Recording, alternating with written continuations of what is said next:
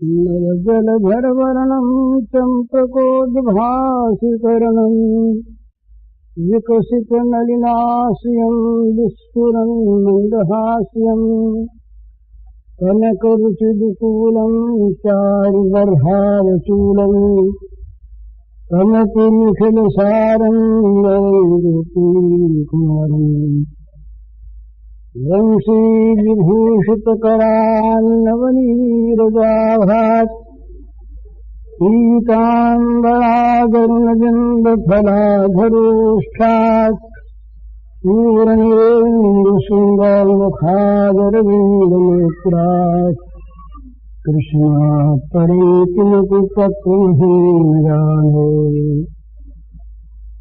ध्यानाभ्यासवशीकतेन मनसा त्वन्निष्क्रियम् योऽपि कञ्चन योगिनो यदि परम् पश्यन्तु ते अस्माकम् कृतदेव लोचनचमत्काराय भूयाचन् कालिन्दी पुलिनेषु यत्किमपि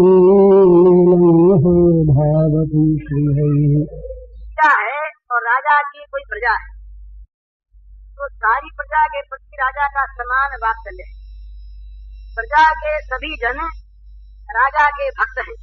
बड़ा उत्तम सदाचारी प्रजा वत्सल न्यायवान धर्मपरायण राजा है।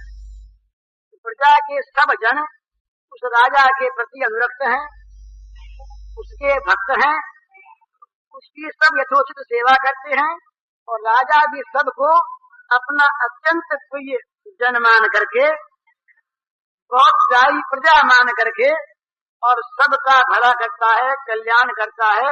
ये संबंध है। इस प्रकार का जो व्यापक समता का संबंध है प्रेम को लेकर, उसका नाम है शांति। अब उसके बाद उसी प्रजा में से कोई एक सज्जन, कोई एक आदमी, तो प्रजा तो है ही, प्रजा के नाते राजा का प्रिय पात्र है ही, प्रजा के नाते राजा का सेवक है ही और प्रजा के नाते राजा उससे प्रेम करता ही है। पर वो प्रजाजन एक आदमी, दो आदमी, ऐसे कोई, वो राजा के महल में सेवक रख लिए गए। तो क्या हुआ, प्रजा के नाते जो प्रेम था वो तो राजा का रहा ही, प्रजा के नाते वो राजा का भक्त था वो तो रहा ही। अब जब घर में पहुंच गया तो राजा के और समीप आ गया। प्रजा के सब आदमी राजा के घर की सेवा नहीं कर सकते। उनके लिए पलंग बिछाना, उनके बिछौने तैयार करना, उनको जल पिलाना, उनके बर्तन मांजना, उनके पास बैठ करके चरणों की सेवा करना, उनकी आज्ञा पा करके उनका काम करना, ये सब चीजें तब तक नहीं थी जब तक वो महल का चाकर नहीं था। तो महल का चाकर हो गया, दास हो गया, तो अब उसमें एक, उसकी भक्ति में, प्रेम में एक विकास हो गया, कुछ आगे बढ़ गया, समीप आ गया राजा के। तो ये दास भाव है, दास रस है। जो बहुत पुराना सेवक होता है, बड़ा विश्वस्त होता है, जिसके प्रति मन खुल जाता है, जिसको किसी बात के कहने में और करने में संकोच नहीं होता, इस प्रकार के सेवक के साथ मालिक का आगे चल के हो जाता है सख्य संबंध। उसको दोस्त मानता है, मित्र मानता है और मित्र मानकर सारी बातें उसके सामने कह देता है, सलाह लेता है, सलाह पूछता है, पास बैठाता है। जो नौकर नीचे बैठता था उसको बगल में बैठा लेता है, उसके कान में कान लगाता है, सलाह करता है, गुप्त बातें करता है, पूछता है। और अंतरंग हो गया और समीप आ गया। वो प्रजाजन तो है ही, प्रजा के साथ साथ वो दास भी है, तो दास के साथ साथ वो मित्र हो गया। तो इसमें तीन भावों का समावेश हो गया। इसके बाद वो महात्मा मानते हैं जब सख्य रस पूर्ण होता है, जब सख्य रस में उत्कर्ष आ जाता है, तब क्या होता है, पुराना मित्र अपने मित्र को बच्चे की भांति मान उसकी रक्षा करता है। उसमें रस पैदा होता है वात्सल्य, अर्थात अपने मित्र के सारे दुखों को, सारे दोषों को वो स्वयं पी जाए और जैसे माता पिता बच्चे को पालते हैं, जैसे माता पिता बच्चे के दुख दर्द को देख नहीं सकते, जैसे माता पिता अपना सुख उड़ेल कर बच्चे के दुखों को दूर करते हैं, इसी प्रकार से उसके सख्यत्व का भाव जब वत्सलता में परिणत होता है तो वो माँ बाप की भांति उनकी अपने उस इष्ट की सेवा करता है। सेवा दो प्रकार से होती है, सेवा सलाह देकर भी होती है और सेवा आज्ञा देकर के भी होती है। तो आज्ञा का अधिकार पा लेते हैं जब भक्त, तो वो सखा तो है ही, वो दास तो है ही, वो सामान्य भाव से उनकी प्रजा है ही, और साथ साथ अब उनमें उनके प्रति ये भाव आ गया कि ये बच्चा है, हम रक्षा करते हैं इनकी। इस प्रकार के भावों को लेकर जब भगवान की भक्ति होती है तो उस भक्ति को कहते हैं वात्सल्य रस की भक्ति। ये ऐसा माना है कि भक्ति दो प्रकार की होती है, तो भक्ति के अनेकों प्रकार हैं और उन प्रकारों की बहुत बड़ी बड़ी व्याख्याएं हैं, वर्षों की व्याख्याएं हैं वो, पर भक्ति के प्रधानतया इस क्षेत्र में आज के प्रसंग में दो प्रकार हैं। एक भक्ति वैधि भक्ति और एक भक्ति आसक्ति की भक्ति। अपनी भाषा में साधारण भक्ति, जिस भक्ति के द्वारा अंतःकरण की शुद्धि हो, जो भक्ति ज्ञान की प्राप्ति के लिए हो, जो भक्ति भगवान को प्रसन्न करने के लिए हो, जिस भक्ति से भगवान से हम कुछ प्राप्त कर सकें, जो भक्ति हमारे पापों को दूर करती हो, जिस भक्ति से हमें ज्ञान प्राप्त होता हो, वो भक्ति वैधि भक्ति है। और जिस भक्ति में मन फंस गया, जो भक्ति किसी कारण को लेकर के नहीं होती, किसी वस्तु की इच्छा करके नहीं होती, किसी कामना से नहीं होती, किसी ज्ञान की स्थिति को प्राप्त करने को नहीं होती, जो भक्ति होती है केवल इसलिए कि बिना किए रहा नहीं जाता, उसके ये पांच भाग, उन पांचों में चार प्रधान हैं, दास्य, सख्य, वात्सल्य और मधुर। तो इनके फिर दो भेद माने हैं इन वैष्णवाचार्यों ने, रागात्मिका और रागानुगा, ये शास्त्रीय विषय है उनका। तो जैसे दशरथ, कौशल्या, नंद, यशोदा, वसुदेव देवकी, ब्रज की अवध के भगवान के सखा, अवधपुर की देवियां, ब्रज की गोपांगनाएं, ये जो हैं, ये जिस प्रेम से भगवान को भजती हैं, संबंध जोड़कर, उसका नाम है रागात्मिका भक्ति। और इन संबंध जोड़ने वाले भक्तों का अनुकरण करते हुए हम लोग जो भगवान की भक्ति करते हैं, उसी प्रकार का संबंध जोड़ते हुए उसका नाम है रागानुगा भक्ति। ये रागात्मिका और रागानुगा का भेद है। राग माने आसक्ति, राग माने रति, राग माने प्रीति, राग माने प्रेम।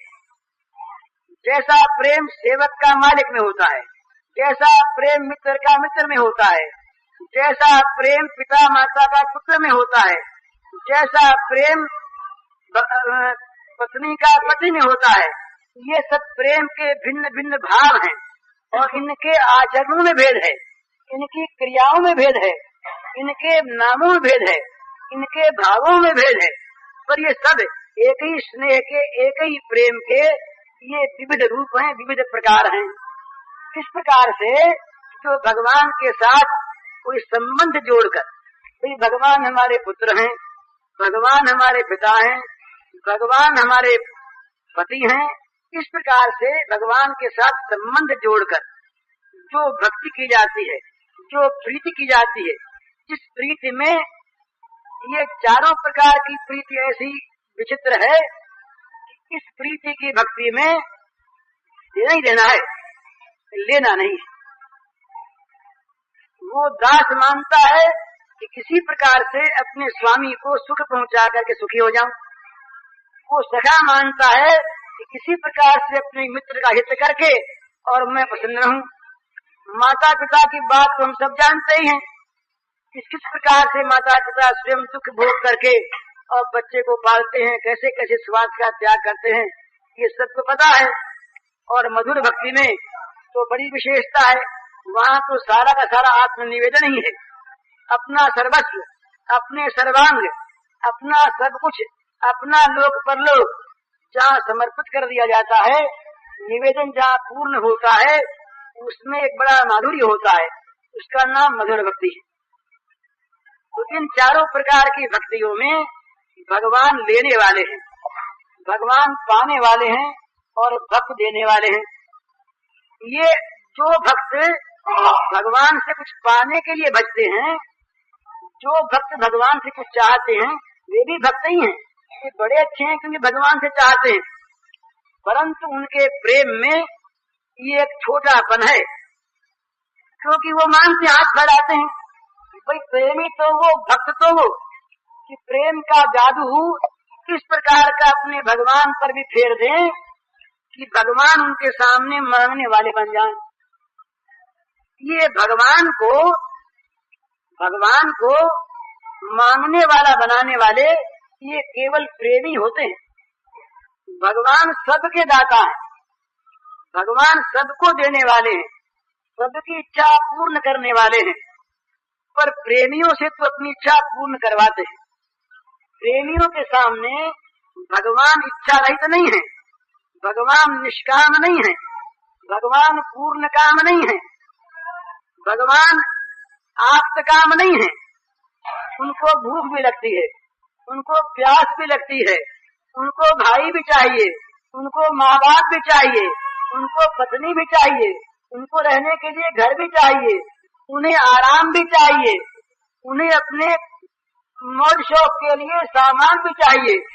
वो सामान त्रिलोकी में न देवता दे सकते हैं, न लक्ष्मी जी दे सकती हैं, ये स्वयं उन्होंने कहा अपने श्रीमुख से। न उन्हें ब्रह्मा दे सकते हैं, न शिव जी दे सकते हैं। ये तो बस वो भूखे बन करके और मुक्त कंठ से उन प्रेमियों से कहते हैं कि भाई तुम दो, कि तुम्हारे द्वार पर हम आए हैं। और जहाँ कहीं इस प्रकार की प्रेम की कोई वस्तु भगवान देख पाते हैं, वहाँ वो दौड़ जाते हैं, प्रतीक्षा नहीं करते कि कोई बुलाता है कि नहीं। भगवान बिना बुलाए नहीं आते, वो तो बड़ी बड़ी पुकार मचाने पर भी नहीं आते। पर जब उन्हें भूख लगती है और जब कहीं उन्हें इस प्रकार की खाने की वस्तु दिख जाती है प्रेम से भरी, तो फिर वो अपना सिद्धांत बनाने लगते हैं। भगवान भाई इनको ये कैसे मांगने आ गए और कैसे खाने आ गए, तो भगवान अपना रूप बताते हैं कि भाई हमें भी भूख लगती है।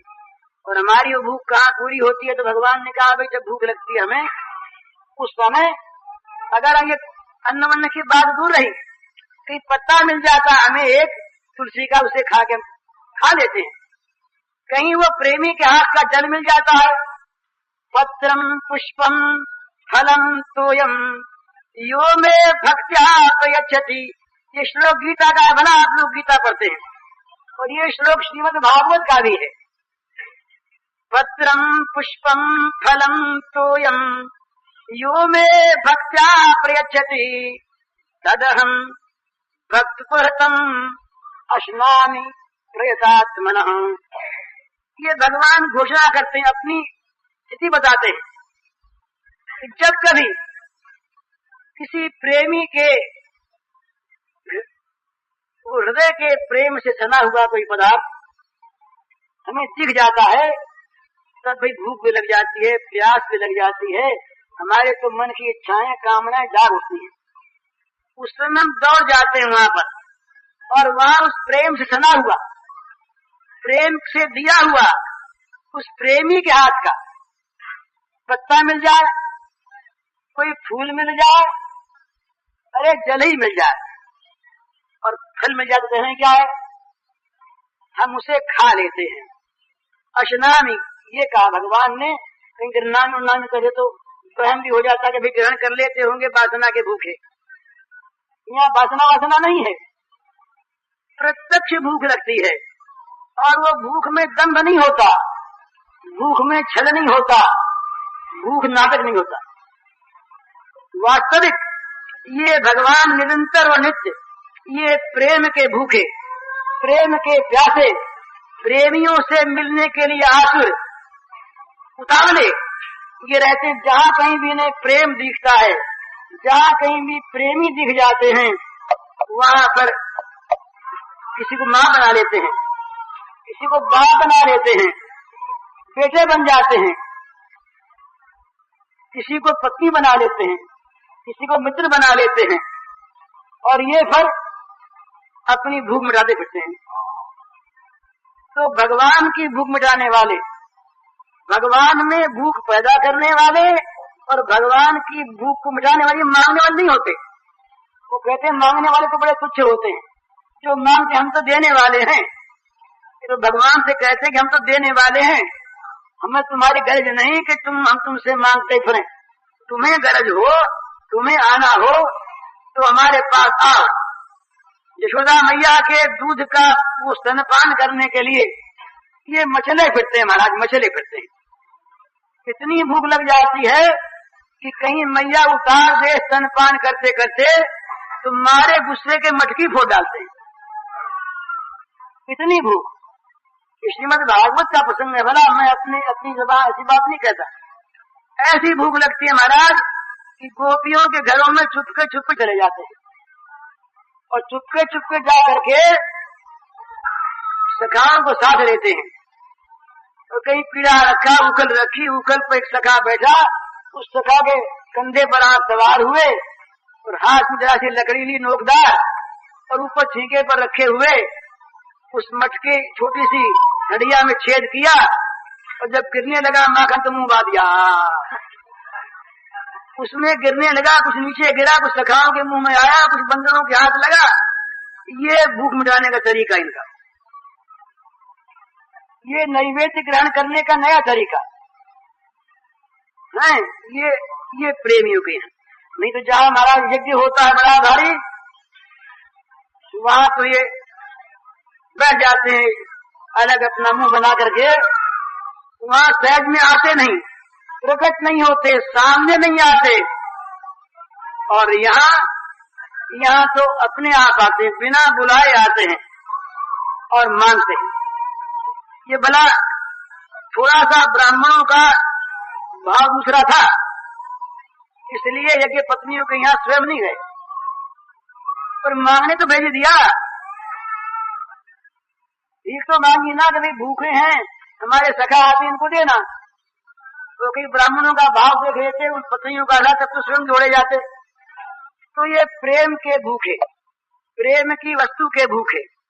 तो इनको जहाँ ये प्रेम की वस्तु प्राप्त होती है, वहाँ ये अपना सारा ऐश्वर्य, अपना सारा बड़प्पन ये छोड़ देते हैं और भूल जाते हैं, और उस प्रेम की वस्तु को ग्रहण करने के लिए लालायित होकर, ललचाई हुई आंखों से उसे देखते हुए कि नट न जाए वो, कहीं छिपा न ले वो, इस प्रकार उसको लेने जाते हैं।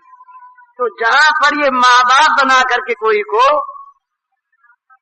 और आनंद लेते हैं, उस माँ बाप बनाने वाले रस का नाम है वात्सल्य रस। वहाँ आनंद दोनों तरफ आता है।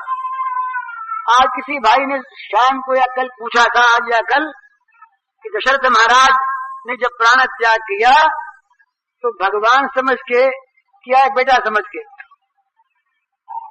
तो भगवान समझते तो उनके विरह में रोते नहीं। भगवान कभी क्या नाम, कभी उनका वियोग होता ही नहीं, वो सर्वत्र है, सर्वदा है। ये तो भगवान उनके पुत्र बने थे, तो पुत्र के रूप में भगवान को पाया और भगवान के लिए रोए। ये और उन माताओं में, उन पिताओं में जो वात्सल्य होता था, जो भाव होता था, वो भाव इतना विलक्षण होता था कि उस भाव में वो अपने आप को भूल जाती थी। ये अंतर एक यही है। आप रामायण देख लें, श्रीमद् भागवत देखें, लौकिक माताओं का अभी जो स्थान बड़ा ऊंचा है, माता के समान किसी का स्थान नहीं। माँ माँ ही है, दूसरा कोई साथ बन नहीं सकता। परंतु लौकिक माताओं के मनों में एक छिपी हुई एक ऐसी वासना होती है कि बुढ़ापे में ये हमें सुख देगा, ये किसी प्रकार से हमें सुविधा देगा, हमें आनंद देगा। तो यशोदा मैया, कौशल्या मैया, इनके मन में तो केवल यही है कि किस प्रकार से ये हमारे लाल सुखी रहें। उनको कहीं भी अपने सुख की वांछा नहीं है, वो चाहती नहीं। यही प्रेम का और काम का अंतर है। माता अपने पुत्र से जो सुख चाहती है ये कामना है, और अपने सुख के लिए जो प्रेम करना है उसका नाम काम है। और ये अपने प्रियतम के सुख के लिए, अपने प्यारे के संतोष के लिए, उसके आराम के लिए, उसके आनंद के लिए जो अपना त्याग है, अपने सुख का त्याग है, अपनी इच्छाओं का, आकांक्षाओं का त्याग है, इसका नाम जो है ये प्रेम है। यही प्रेम और काम का अंतर है। तो हम लोग बात कर रहे थे उस दिन वात्सल्य प्रेम की। किस प्रकार से माता अपने पुत्र का लालन पालन करती हैं, किस प्रकार से माता पुत्र का वियोग होने पर दुखी होती हैं, किस प्रकार से माता पुत्र का संदेश जानना चाहती हैं, संदेश भेजती हैं, इसके संबंध में उस दिन अपने कुछ थोड़ी सी चर्चा ब्रज के भावों को लेकर के हुई थी। अयोध्या के भावों के संबंध में कुछ बात शायद हुई थी, अधिक नहीं हुई। तो उसी की चर्चा का विषय शेष रह गया था। और उसके बाद आता मधुर रस। और मधुर रस की फिर विभिन्न प्रक्रियाएं उसकी है, उसके अनेक भाव हैं, उसमें अनेक रसांतर हैं। तो वो चीज तो अब उसका तो असर नहीं रहा, कल जाने का विचार है। लेकिन वात्सल्य रस के संबंध में हो गया है। ठीक है, तो एक पद सुना दें हम आपको, अधिक नहीं। उस समय इनकी कैसी स्थिति हुई है और इनकी मन की अवस्था क्या हुई है, इसका थोड़ा सा चित्रण तुलसीदास जी महाराज ने किया है। तो वो कहते हैं, अपने सुंदर सुमधुर लाल का बालपन देखकर कितना पसंद होती थी, उसका वर्णन है। तो क्या रूप था, जरा झांकी कीजिए रूप के, बड़ा सुंदर, ध्यान का है विषय। बगनूपुर पहुंची कर कंजनी, मंजू बनी मणिमालहिए, नवनीत कलेवर पीत झंगा, झलके पुलके नृप गोद लिए। अरविंद सुवान रूप मरंद, अनंदित लोचन भृंग पिए, मन में न बसो वस बालक जो, तुलसी जग में फल कौन जिए। बरदंत की पंगति कुंद कली, अधराधर पल्लव खोलन की, चपला चमके घन बीच जगह छवि, मोतिन मालय मूलन की। घुंघराई लटें लटके मुख ऊपर, कुंडल लोलक पोलन की। निवछावरी प्राण करें तुलसी, बल जाऊं ललायन बोलन की। तो इस प्रकार के स्वरूप को देखकर कौशल्या मैया और बड़ी प्रसन्न होती, बलिहारी जाती। ये सब हुआ। इसके बाद राम को जब वनवास हो गया तो उस समय एकति बान धनुहा जननी, निरखति बान धनुहा, बार बार उर नैन नीलावती, बार बार उर नैन नीलावती। प्रभु की ललित पनैया जननी, निरखति बान धनुहा। एक दिन मैया की क्या दशा हुई कि मैया उस कमरे में जा पहुंची जिस कमरे में ये जब छोटे से बच्चे थे तो छोटी छोटी धनुइयां लेकर खेलते थे। तो वहां जब गई माँ तो माँ भूल गई कि वन में गए हैं। ये चित्र में माता को इस बात का पता नहीं रहा, याद नहीं रहा कि राम वन में गए हैं। माता पहुंच गई राम के बालकपन की अवस्था में, मानो ये खेलने वाले हैं और घर ही में हैं। तो वो क्या करने लगी कि जब उन धनुष बाणों को देखा, पहले देखती रही और फिर वो लाल लाल उनकी जूती देखी छोटी छोटी। तो जब जूतियों को देखा, ये प्रेम का लक्षण है भला, अपने प्रेमास्पद के पैर के कहीं जूती भी दिख जाए तो जूती देख करके आदमी भूल जाता आनंद में। तो मैया ने जब जूती देखी छोटी सी तो मैया भूल गई। तो क्या हुआ, उनके मन में आया कि लाल अभी सो रहे हैं लाला, तो चलो जगाएं। ये सब सखा बाहर आ गए हैं और पुकार रहे, माता को सुनाई दिया कि सखा सब खड़े हैं बाहर और राम को जगा रहे हैं, बुला रहे हैं। तो मैया वहां चली गई उस महल के कमरे में कि जहाँ राम सोया करते थे। तो उनको दिखा सोई रहे। तो जननी निरखति बान धनुहा बार बार उर नैन नीलावती प्रभु की ललित पनैया जननी निरखति बान धनुहा कबहु प्रथम जो जाय जगावती कही प्रिय बचन सवारे उठ उतात बलि मातु बदन परे अनुज सखा सब द्वारे जननी निरखति बान धनुहा। कहती बेटा उठो, और ये माता तुम पर बलिहारी जा रही है कि देखो तुम्हारे भैया और तमाम सखा द्वारे पर इकट्ठे हो गए हैं। फिर ध्यान आता कि अरे वो तो उठ तो गए थे और अब तो रसोई हो गई, रसोई हो गई। तो ये लाल तो अभी खेलने को गए, आए नहीं। तो वहां जा पहुंचे, जहाँ खेलते थे वहां जा पहुंचे। उन्हें दिखा कि खेल रहे। तो बोली भैया बहुत देर हो गई। कबहू कहती बड़ी बार भई जाऊ धूप पा भैया, कबहू कहती हूँ बड़ी बार भई जाऊ भूप पा भैया। बंधु बोल जे जो भावे गई निछावरी मैया जननी निरखति बान धनुहा। कहने लगी मैया, दिख रहे उनको राम जी कि राम जी खेल में हैं, भाई तो सब जा पहुंचे हैं महल में रसोई में, और वहाँ महाराज भी आ गए हैं।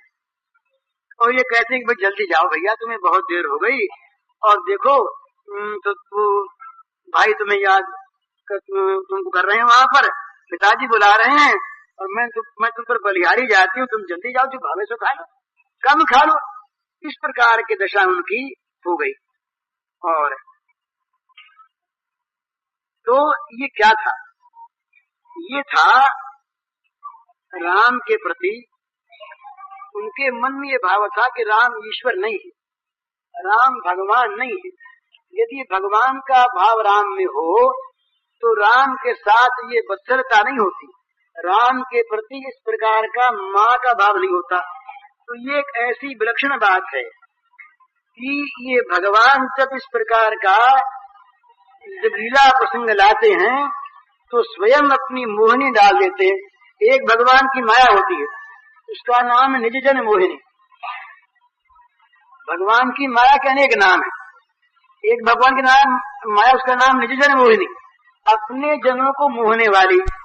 भगवान की माया सब पर जाती। अगर ये कहें कि दशरथ कौशल्या नंद यशोदा इन पर ये माया काम कर रही थी तो भगवान के प्रेम नहीं होते वो, इस माया से तो वो परे हैं, वो तो दिव्य लोक के चिन्मय लोक के भगवान के नित्य पार्षद हैं। तो वहाँ भगवान क्या करते हैं कि स्वयं अपनी कृपा से, वो कृपा ही माया होती है, माया का नाम माया का से कृपा भी है।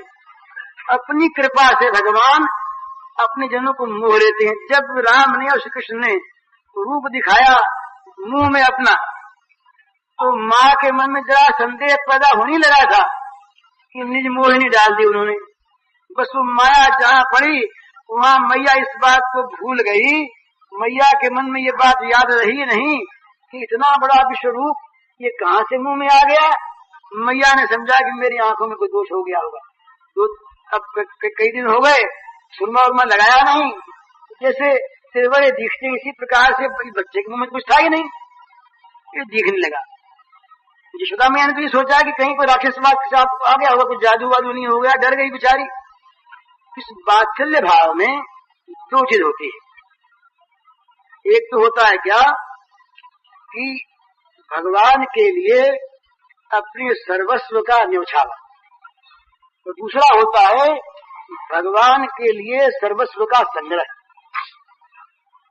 इस संग्रह में बड़ा आनंद आता है। एक संग्रह होता है इसलिए कि हम स्वयं उसको भोगें, एक संग्रह होता है इसलिए कि उससे हम अपनी इंद्रियों को तृप्त करें, और एक संग्रह होता है इसलिए कि अपने प्राण धन को, अपने परम प्रिय को, अपने मित्र को, अपने पुत्र को, अपने बंधु को, अपने स्वामी को उसके द्वारा तृप्त करें। उसमें इसमें बड़ा भेद है। यहाँ जरा सा भी अपने लिए रखना, जरा सा भी अपने काम में लेना दुखदायी होता है, और वहाँ जरा सा भी देना दुखदायी होता है। ये बड़ा अंतर है भोगी में और प्रेमी में। जो सबसे बड़ा अंतर है वो अंतर एक यही है कि भोगी जो है वो केवल अपने को देखता है, अपनी इंद्रियों को देखता है, अपने शरीर को देखता है, अपने आराम को देखता है। और प्रेमी जो है नित्य निरंतर देखता है अपने प्रेमास्पद की चाह को, प्रेमास्पद के सुख को, प्रेमास्पद की चाह को। वो क्या चाहते हैं, उनको किस बात में सुख है। बल्कि यहाँ तक कि ये जो प्रेमी होते हैं ये आज्ञावाहक नहीं होते। प्रेमियों को आज्ञा की आवश्यकता नहीं होती, प्रेमियों को जरूरत नहीं होती इशारे की। ये प्रेमी तो इस प्रकार के होते हैं जो उनके अपने प्रेमास्पद के अंतर को जानते हैं, और अंतर को जान करके उसी प्रकार का अपना जीवन बना लेते हैं, उसी प्रकार की वस्तुएं संजो लेते हैं भगवान के प्रति, अपने प्रेमास्पद के प्रति समर्पण करने के लिए। तो ये बात आदि पुराण में आई है। भगवान ने कहा गोपियों के लिए कि भाई मेरे मन की जानकारी जितनी गोपियों को है उतनी किसी को है ही नहीं। साक्षात उनका क्यों कि वहां पर केवल प्रेम है, उसके सिवा कुछ भी नहीं है। तो गोपियों में दो भाव थे, वात्सल्यवती गोपियां थी और मधुर भाव वाली गोपियां थी। यशोदा मैया ये वात्सल्यवती गोपी और कौशल्या मैया ये वात्सल्यवती माँ। क्या भाई भगवान के पिता बनना चाहते हैं, उनके भगवान पुत्र बनने के तैयार हैं। ये बात मन में मानकर, समझकर, जानकर, निश्चय कर ये कौशल्या मैया और दशरथ बाबा, नंद बाबा और यशोदा मैया, इनका अनुकरण करके, इनके हृदय में प्रवेश करके, इनके हृदय में जिस प्रकार का प्रेम था, जैसी प्रीति थी, उसी प्रकार का प्रेम, उसी प्रकार की प्रीति का अनुकरण करें, उसी के नकल करें, और नकल करते हुए अपने सारे स्वार्थ को, अपने आराम को, सुख को त्याग करके और भगवान के लिए सब सुखों का समर्पण कर दें, निवेदन कर दें, तो वो भक्ति प्राप्त होगी। हरिओम दर्शन। बोल सियावर रामचंद्र की। अगर जगत के जंजालों में मन हंसता है, जगत की गंदगी में चित्त की वृत्तियां जाकर वहां उसको अपने अंगों पर लपेटती हैं, वहां प्रेम कहाँ है, वहां प्रेम साम्राज्य कहाँ है। इसलिए सावधान किया प्रेमियों को, प्रेमियों को सावधान किया कि भाई ये प्रेम का जो मार्ग है इसमें विषय वासना लिए कहीं चले न जाना। विषय वासना को लेकर, विषयाशक्ति भोगाशक्ति को लेकर कहीं इस राज्य में प्रवेश न कर जाना। कहीं मृत्यु फल फलता उसमें, कहीं कलंक लाभ केवल। कहीं मृत्यु फल फलता उसमें, कहीं कलंक लाभ केवल। ये होगा, कलंक मिल जाएगा, मृत्यु मिल जाएगी, दुख मिलेगा। महादेव शंकर ने, नीलकंठ ने जहर पी लिया। तुम यदि कहीं प्रेम विषय की वासना को लेकर के और प्रेम का पान करना चाहोगे तो विष से जर्जरित होकर भस्म हो जाओगे। इसलिए ये प्रेम का जो पथ है, इसीलिए अटपटा, इसीलिए इसकी बात अटपटी। इस प्रेम में, इस प्रेम के राज्य में शब्दों में मोह भी है, शब्दों में काम भी है, शब्दों में क्रोध भी है, शब्दों में लोभ भी है, शब्दों में दंभ भी है। पर वो सारा का सारा निर्मल है, उज्जवल है, उज्जवल रस में। ये चीज ऐसी है ना, ये चीज ऐसी है। बलिहारी या प्रेम की गति नहीं समझे कोई, जो जो डूबे श्याम रंग त्यों त्यों उज्जवल होए। बलिहारी या प्रेम की गति नहीं समझे कोई, जो जो डूबे श्याम रंग त्यों त्यों उज्जवल होए। ये जितने भी शब्दावली है, जिन शब्दावलियों से घृणा करनी चाहिए, जिनका त्याग करना चाहिए, वे सारे के सारे शब्द इस निर्मल प्रेम समुद्र में, इस उज्जवल प्रेम सागर में डूब कर, निमग्न होकर सब के सब उज्जवल बन जाते हैं, पवित्र बन जाते हैं। भला किसी के मन में कृष्ण की कामना जागृत हो जाए, कितना बढ़िया है। कुछ न चाहकर जो श्री कृष्ण को चाहे, ये कामना तो श्लाघ्य कामना है। ये कामना भगवान कभी पैदा करें किसी के मन में। श्री कृष्ण के न मिलने पर जिसको अपने जीवन पर क्रोध आवे, ये तो बड़ा श्लाघ्य क्रोध है।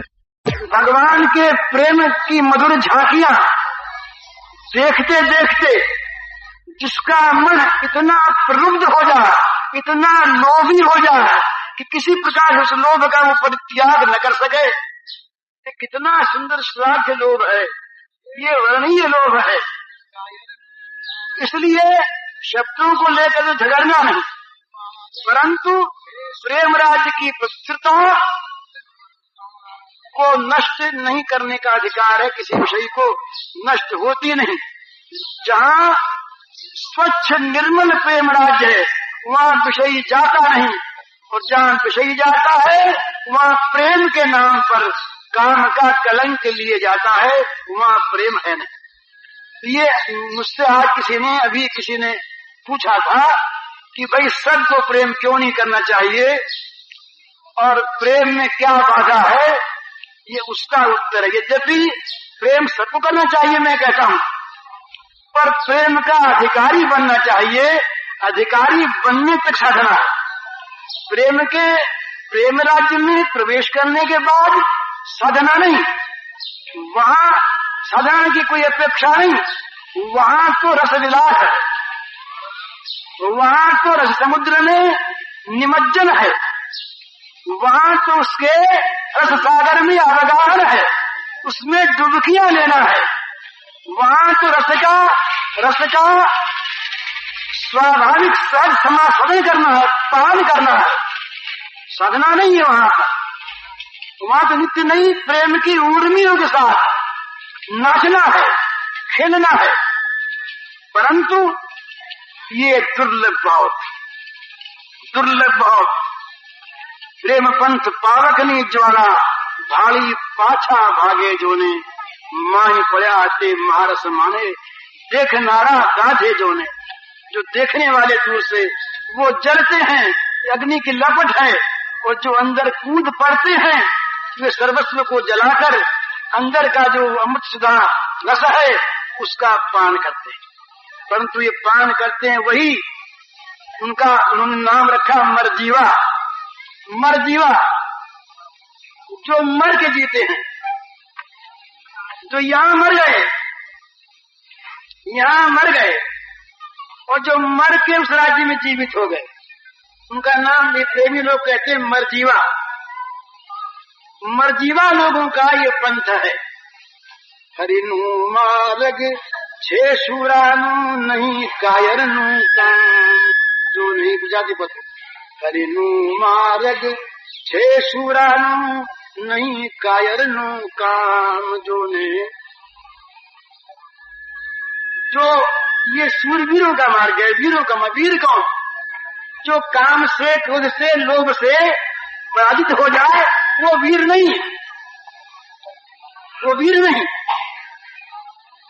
जो किसी रण में युद्ध में तो जीत के आ जाए और फिर घर में आकर के किसी लोभ में फंस जाए वो वीर नहीं। वीर वो जो काम विजयी है, क्रोध विजयी है, लोभ विजयी है, जिसमें सारी पाप वासनाओं पर, सारी दुर्वासनाओं पर, सारी भोग वासनाओं पर और जिसने मुक्ति की कामना पर भी विजय प्राप्त कर ली है, वो प्रेम राज्य का विजयी वीर है। वो उसमें प्रवेश करके उस साम्राज्य का उपभोग करने का अधिकारी है। नहीं तो काम क्रुष चित्त लिए कामना की गंदी गंदी वो चीजों को अंतर में रखे, वो अगर प्रेम की बात करता है, वो अगर प्रेम की बड़ी ऊंची ऊंची झांकियां अंकित करता है तो भले करे, भले करे, उसमें प्रेम नहीं रहता। वो प्रेमी रहता, उसमें तो भयानक कंकाल काम का रहता है। सुंदर वेश के अंदर जो कभी प्रकट होगा तो बड़ा भयानक खा जाएगा। इसलिए 3 दिन से प्रेम की बात हो रही, पर इसमें जो जोखिम की चीज थी, जिसको किसी ने आज मुझसे पूछा, मैं इसीलिए सब बातें कही कि प्रेम की बात बड़ी अच्छी है, पर प्रेम का अधिकारी वो है जो सर्वस्व का त्यागी है, सर्वस्व जिसने जला दिया है। तो ये प्रेम की बात तो आज हो गई। अब कभी ये नियमित प्रेम की बात नहीं होगी, प्रेमी की होती रहे कौन कह सकता है, परंतु प्रेम के अधिकार की बात आज इसलिए कही गई, इसको लड़कों का खेल न समझे, इसको विलासियों की पीड़ा न समझे, इसको मन के गुलामों का, वासनाओं के दासों का मार्ग न समझे। ये विलास भूमि नहीं है, का बलिदान करके जिसमें प्रवेश किया जाता है। ये मामूली बात है। हम अगर घर में भी किसी के प्रेम को प्राप्त करना या देना चाहते हो तो क्या करें? जहाँ त्याग है वहाँ प्रेम है। प्रेम की भूमिका है त्याग। बिना त्याग के प्रेम पैदा होता ही नहीं। और भगवत प्रेम कब पैदा होता है? जब विषय त्याग पूरा हो जाता है। त्याग ही प्रेम की भित्ति है, प्रेम की भूमि है। इसलिए प्रेम की भूमि में प्रवेश करने वालों को त्याग स्वीकार करना पड़ता है। चैतन्य महाप्रभु का त्याग देखिए, 12 साल तक जिसने भीतों से रगड़ के अपने मस्तक को छोड़ा, जिसने सोने के शरीर का बिल्कुल किसी प्रकार का मोहयत छोड़ दिया, जिसकी आंखों से आंसुओं के फव्वारे छूटते थे, जिससे जगन्नाथ जी के मंदिर में कुंड भर जाता था रोज। वो प्रेम का दीवाना था, वो प्रेम की मूर्ति थी। उसमें कहाँ किसी प्रकार का कोई काम, कहाँ क्रोध, कहाँ लोभ, कहाँ मोह, कहाँ विक्षेप, कहाँ दंभ। वो तो जहाँ देखे, जैसे बर्फ के डले में जिधर देखो उधर पानी, सोने के गहने में जहाँ देखो वही सोना।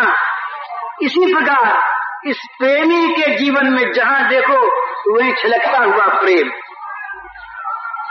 नारद जी ने कहा वो जो प्रेमी है वो प्रेम ही सुनोती, वो प्रेम को सुनता है, प्रेम ही अवलोकयति, प्रेम को देखता है, प्रेम का स्पर्श करता है, प्रेम का स्वाद लेता है, प्रेम कहता है, प्रेम सुनता है। उसके पास सिवा प्रेम के किसी और वस्तु का लेश मात्र नहीं है। उसकी जो क्रियाएं होती हैं बाहरी, वो सारी क्रियाएं प्रेम के क्षेत्र में, प्रेम के द्वारा संपर्कित, प्रेम के द्वारा संपुटित, प्रेम के द्वारा भीगी हुई वो होती है। बिना प्रेम के कोई क्रिया उसके द्वारा होती ही नहीं। तो ये प्रेम की महत्ता है।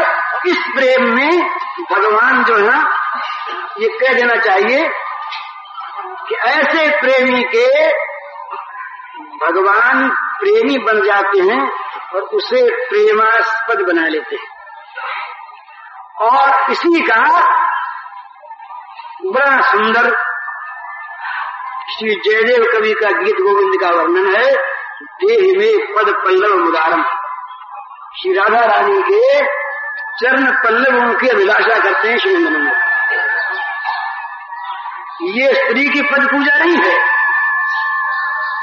ये स्त्रीपना नहीं है, ये कामुकता नहीं है, ये तो प्रेमी का जो प्रेम है वो प्रेमास्पद को प्रेमी बना के छोड़ता है। और वो प्रेमी की भांति प्रेमास्पद प्रेमी बनकर प्रेमी को प्रेमास्पद बनाकर उसकी उपासना करता है। ये प्रेम साम्राज्य का एक विलक्षण लक्षण है, इसकी सार्थकता है इसमें। वहां इसीलिए इस प्रकार की जो सेवाएं हैं वो सेवाएं विधान राज्य की, वैध राज्य की चीज नहीं है, वैध नहीं है। तो प्रेम राज्य का जो वैधपना है वो तमाम राज्यों के ऊपर उठकर है। वहां का नियम भंग ही वहां का नियम है, यहाँ का नियम भंग ही वहां का नियम है। तो नियम का भंग यहाँ रखे कोई करे, कोई आदमी गंगा से पार होना, हम यहाँ खड़े हों घाट पर और कोई पार हो गया नाव से पार होके सड़क पर जा रहा है, और हमने देखा कि बिल्कुल तो नाव पर जाता है नहीं, सड़क पर जाता है, तो हम नाव पर क्यों चले? हम भी पैरों पर से जाए। और कहीं नाव में बैठे हुए आदमी सोच ले अरे वो तो नाव नहीं लिया, वो तो नाव ले नहीं गया, और हम क्यों नाव पर चले, हम भी छोड़ दे नाव को। तो अगर मझधार में नाव छोड़ दोगे तो डूबोगे ना। वो तो वो था जो नाव से पार उतर गया, अब उसे नाव का प्रयोजन नहीं। तो यहाँ के तमाम विधि विधान का फल है प्रेम की प्राप्ति। जब प्रेम प्राप्त हो गया तो यहाँ का बंधन, यहाँ के नियम उस पर लागू वैसे नहीं होते जैसे जल में नाव पर चलना सड़क पर चलने वाले को लागू नहीं होता। ये सिद्धांत है। तो इसलिए इस प्रेम की नकल नहीं होती। प्रेम की नकल कोई करने जाएगा उसकी बुराई होगी। तो होगा कैसे? इस प्रेम का नाम है चैतन्य महाप्रभु के संप्रदाय में, उनके मार्ग में रागानुगा भक्ति। और रागानुगा भक्ति कैसे होती है? रागात्मिका भक्ति के आदर्श से। और रागात्मिका भक्ति किनकी है? जो भगवान के सखा, जो भगवान के माता पिता, जो भगवान की सखियां, उनका जो प्रेम है उस प्रेम का नाम है रागात्मिका भक्ति। उस रागात्मिका भक्ति के अनुसार उन लोगों को गुरु बनाकर, शंकराचार्य गुरु नहीं बन सकते भगवान कृष्ण के प्रेम राज्य के। वहां तो कोई गोपी बनेगी या ग्वाल बनेगा।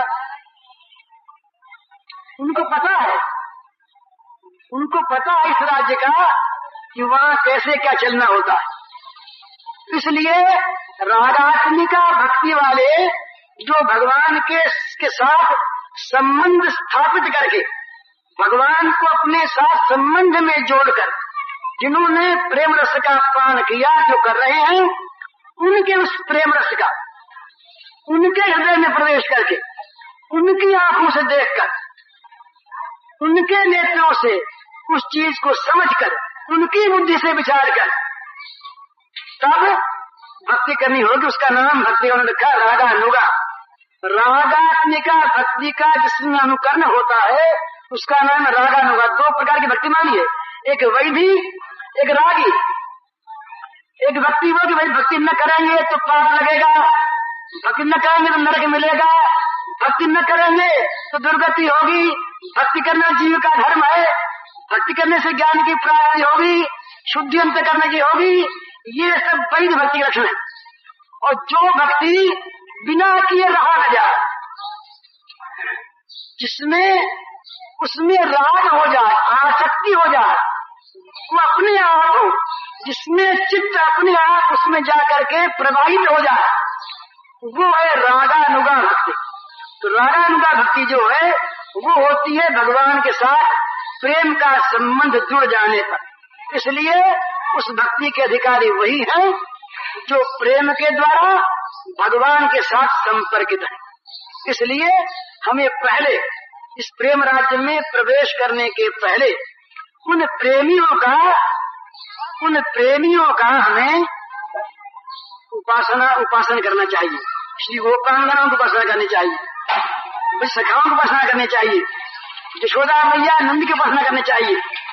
उनके हृदय में प्रवेश करके उनके द्वारा देखना चाहिए कि किस प्रकार से इन्होंने भगवान श्री कृष्ण की प्रेमोपासना की।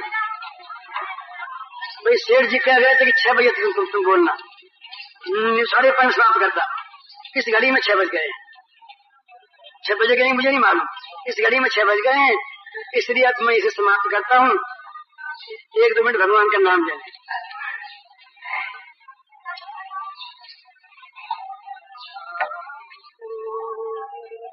राधे गोविंद जय हरि। पूज्य श्री भाई जी के इन 2 प्रवचनों में से पहले प्रवचन का शीर्षक है वात्सल्य भाव की भक्ति और दूसरे प्रवचन का शीर्षक है प्रेम का अधिकारी। इसका कैसेट संख्या है 179। श्री कृष्ण गोविंद हरे मुरारे, कृष्ण गोविंद हरे मुरारे, श्री कृष्ण गोविंद हरे मुरारे,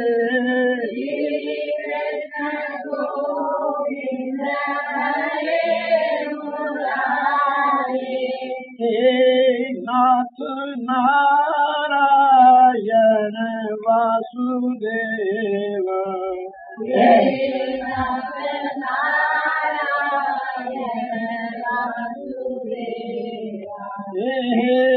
नाथ नारायण वासुदेव,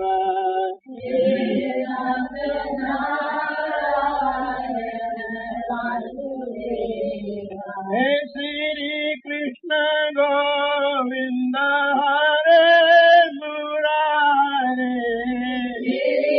कृष्ण गोविंद हरे मुरारे, हे श्री कृष्ण गोविंद हरे मुरारे, कृष्ण गोविंद हरे मुरारे, हे नाथ नारायण वासुदेव, हे नाथ नारायण वासुदेव, ओ हे नाथ नारायण वासुदेव, हे नाथ नारायण वासुदेव।